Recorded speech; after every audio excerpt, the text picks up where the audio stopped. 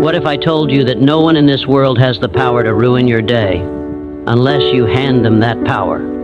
Think about it. How many times has someone's comment, attitude, or opinion lived rent-free in your mind for hours, maybe even days? How many times have you replayed a moment, wishing you had responded differently? In a world where everyone has something to say, staying calm can feel impossible. But here's the truth most people never learn. Emotional control is the ultimate competitive advantage. In America today, we're taught to hustle, to grind, to win. But nobody talks enough about mastering the one thing that determines the quality of your success, your reactions. Because you can build wealth and still have no peace. You can achieve status and still be controlled by someone else's words. Real power isn't loud. It isn't reactive. It's steady. It's disciplined. It's unshakable. Imagine walking into every room knowing that no criticism can break you, no disrespect can trigger you, and no negativity can disturb your focus. Imagine being so centered that when chaos shows up, you stay calm. That's not weakness. That's dominance at the highest level. Today, you're going to learn how to stop letting people live in your head. You're going to discover how to silence anger before it controls you, how to rise above petty conflicts, and how to build a level of inner peace that most people only dream about. This is not about becoming emotionless. It's about becoming emotionally powerful. If you stay with me until the end, you won't just hear ideas. You'll gain tools that can change the way you handle every conversation, every disagreement, and every challenge from this day forward. And once you master this, no one will ever be able to disturb your inner world again.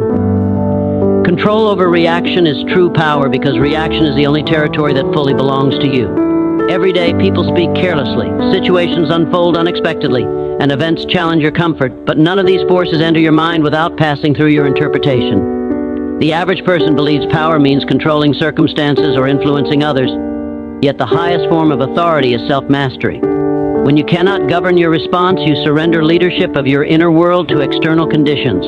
Reaction is not automatic, it is trained. It is shaped by habits of thought repeated over time until they become emotional reflexes. The moment something happens, your mind quickly assigns meaning, and that meaning produces emotion. If you change the meaning, you change the emotional outcome. This understanding shifts you from being a victim of behavior to being the architect of your experience.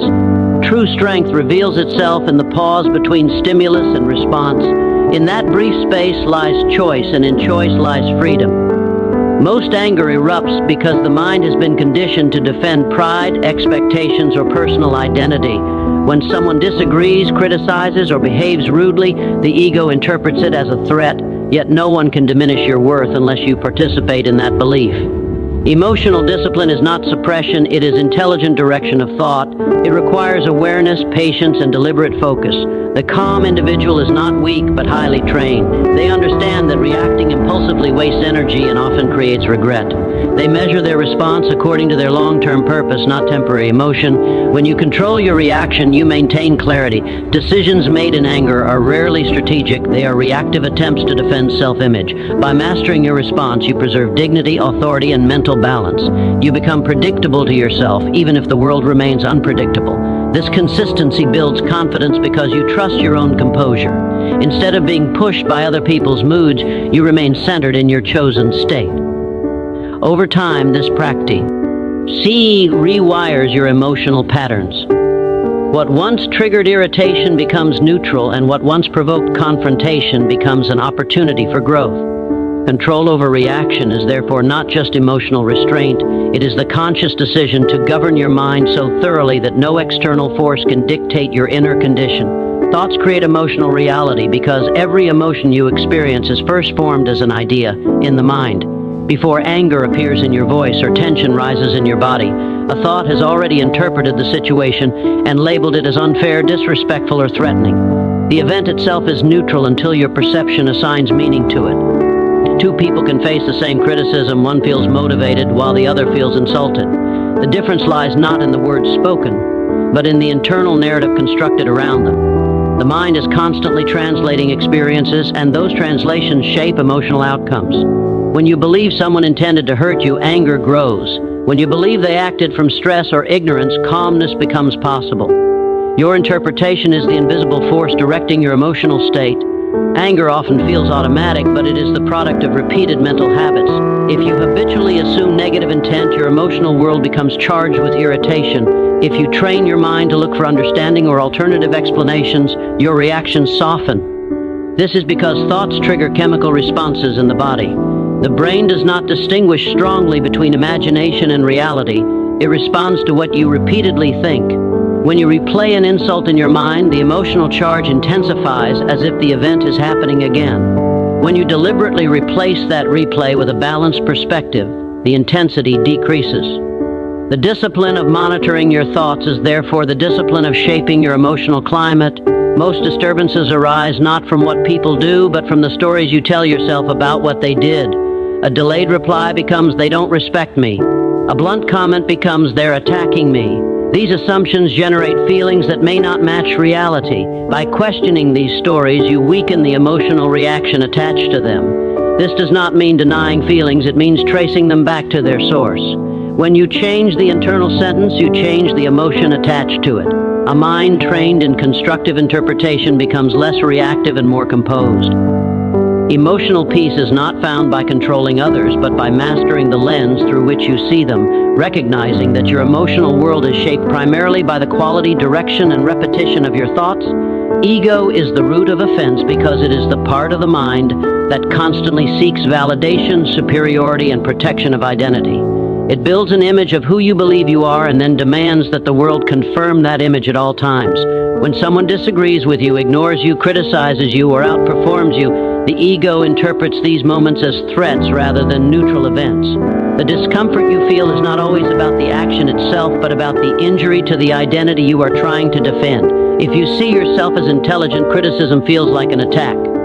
If you see yourself as important, being overlooked feels like disrespect. The stronger the attachment to the image, the stronger the emotional reaction when that image is challenged. Offense arises when the ego insists on being right, appreciated, or acknowledged. It whispers that you must defend your position to maintain worth. Yet true worth is not fragile, it does not collapse under disagreement. The ego, however, survives on comparison. It constantly measures you against others and reacts when it feels diminished. This comparison fuels jealousy, resentment, and irritation. When someone else succeeds, the ego may interpret it as your failure. When someone speaks harshly, the ego magnifies the tone into a personal assault. In reality, much of what triggers offense has little to do with your true value and more to do with the insecurities or perspectives of others. Understanding this changes your emotional experience. When you recognize that the sting of anger is often the ego demanding protection, you gain the ability to step back and observe it. You begin to ask whether the reaction serves your growth or simply feeds pride. Letting go of the need to always appear right or superior weakens the ego's grip. Humility becomes strength because it frees you from constant defense. When your sense of identity is rooted in inner stability rather than external approval, criticism becomes information instead of insult. You respond thoughtfully instead of reacting impulsively. By loosening attachment to ego-driven expectations, you reduce the emotional charge of everyday interactions and create space for calm understanding rather than automatic offense. Silence is strategic strength because it represents control, awareness, and deliberate restraint in moments when emotion attempts to take command. Many people believe power is demonstrated through quick replies, sharp comebacks, or forceful defense, yet immediate reaction often exposes emotional vulnerability rather than authority. When you respond impulsively, you reveal that your emotions are easily provoked. Silence, on the other hand, creates space between stimulus and response. In that space, you regain command of your thoughts, evaluate the situation objectively, and choose a response aligned with your long-term interests rather than temporary feelings. It is not the silence of weakness or fear, but the silence of calculation and self-possession. When confronted with criticism, provocation, or negativity, the instinctive urge is to defend pride or prove a point. However, engaging in every conflict drains mental energy and magnifies trivial issues. Strategic silence prevents escalation. It disrupts the momentum of confrontation because conflict requires participation from both sides. Without your reaction, tension often loses its fuel. Silence also allows emotions to settle, both yours and the other person's. Words spoken in anger tend to be exaggerated and regrettable, but words spoken after reflection carry precision and purpose. By withholding immediate response, you preserve clarity and reduce the risk of decisions driven by ego or impulse. Silence strengthens perception. When you are not busy reacting, you are observing. You notice tone, patterns, and underlying motivations that might otherwise be missed. This awareness gives you insight into whether a situation deserves attention or dismissal. Not every comment requires correction, and not every misunderstanding requires explanation. Sometimes the most powerful statement is composure. Others may interpret your calm restraint as confidence because it signals that you are not easily shaken. Over time, this habit builds emotional discipline. You become known, even to yourself, as someone who does not surrender peace easily. Strategic silence transforms moments of potential conflict into opportunities for thoughtful control, reinforcing inner stability and reducing the emotional turbulence that arises from unnecessary engagement. Purpose dissolves petty problems because a mind occupied with a meaningful objective does not have the capacity to magnify trivial disturbances. When you lack direction, small inconveniences appear large because there is no greater focus competing for your attention. A careless comment, a minor delay, or a disagreement can dominate your thoughts simply because your mental energy has no higher assignment. However, when you are committed to a significant goal, your perspective changes. You begin to measure events not by how they affect your pride, but by whether they advance or hinder your mission.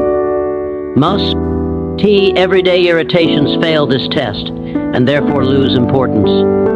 A strong purpose acts like a filter, screening out distractions that do not contribute to growth. Anger often thrives in idle minds. When there is no compelling direction, the ego searches for significance in conflicts, interpreting them as battles that must be won. Yet when your attention is invested in building something meaningful, your tolerance naturally increases. You become selective with your energy because you recognize its value. Energy spent arguing over small matters is energy stolen from your progress. This awareness transforms your reaction. Instead of asking, "How dare they?" you begin to ask, "Does this matter in the context of my larger vision?" That single shift reduces emotional intensity.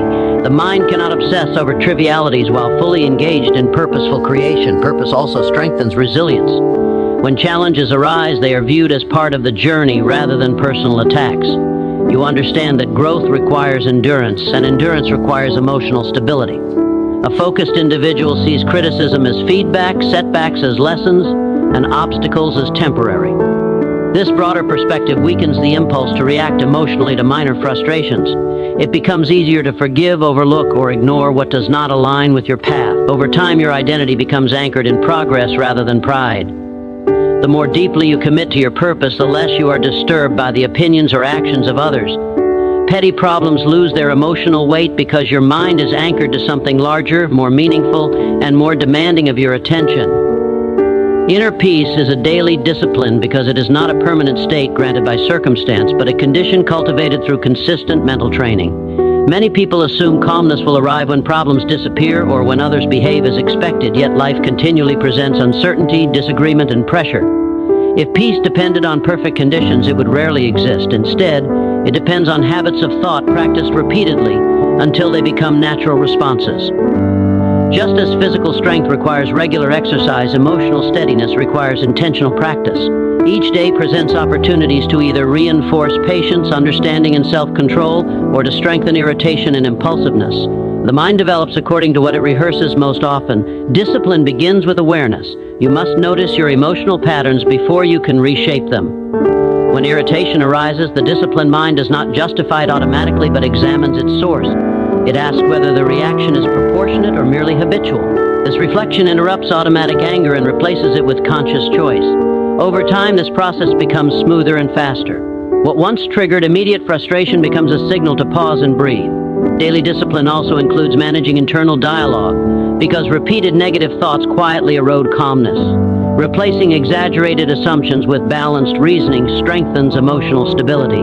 The practice may seem small in individual moments, but its cumulative effect is powerful. Consistency is essential because peace weakens when neglected.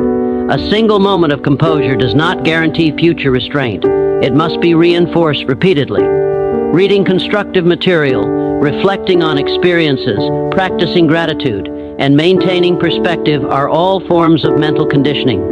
These habits gradually build resilience against provocation. Discipline also involves accepting that setbacks will occur. There will be days when irritation surfaces despite your efforts. Rather than condemning yourself, you recommit to the practice. This steady return strengthens character. Inner peace becomes less fragile because it is supported by routine effort rather than temporary mood. Through daily repetition of calm thinking, measured response, and intentional reflection, emotional balance transforms from occasional achievement into a dependable personal standard. What if I told you that no one in this world has the power to ruin your day unless you hand them that power? Think about it. How many times has someone's comment, attitude, or opinion lived rent-free in your mind for hours, maybe even days? How many times have you replayed a moment wishing you had responded differently? In a world where everyone has something to say, staying calm can feel impossible. But here's the truth, most people never learn. Emotional control is the ultimate competitive advantage. In America today, we're taught to hustle, to grind, to win. But nobody talks enough about mastering the one thing that determines the quality of your success, your reactions. Because you can build wealth and still have no peace. You can achieve status and still be controlled by someone else's words. Real power isn't loud. It isn't reactive. It's steady. It's disciplined. It's unshakable. Imagine walking into every room knowing that no criticism can break you, no disrespect can trigger you, and no negativity can disturb your focus. Imagine being so centered that when chaos shows up, you stay calm. That's not weakness. That's dominance at the highest level. Today, you're going to learn how to stop letting people live in your head. You're going to discover how to silence anger before it controls you, how to rise above petty conflicts, and how to build a level of inner peace that most people only dream about. This is not about becoming emotionless. It's about becoming emotionally powerful. If you stay with me until the end, you won't just hear ideas. You'll gain tools that can change the way you handle every conversation, every disagreement, and every challenge from this day forward. And once you master this, no one will ever be able to disturb your inner world again.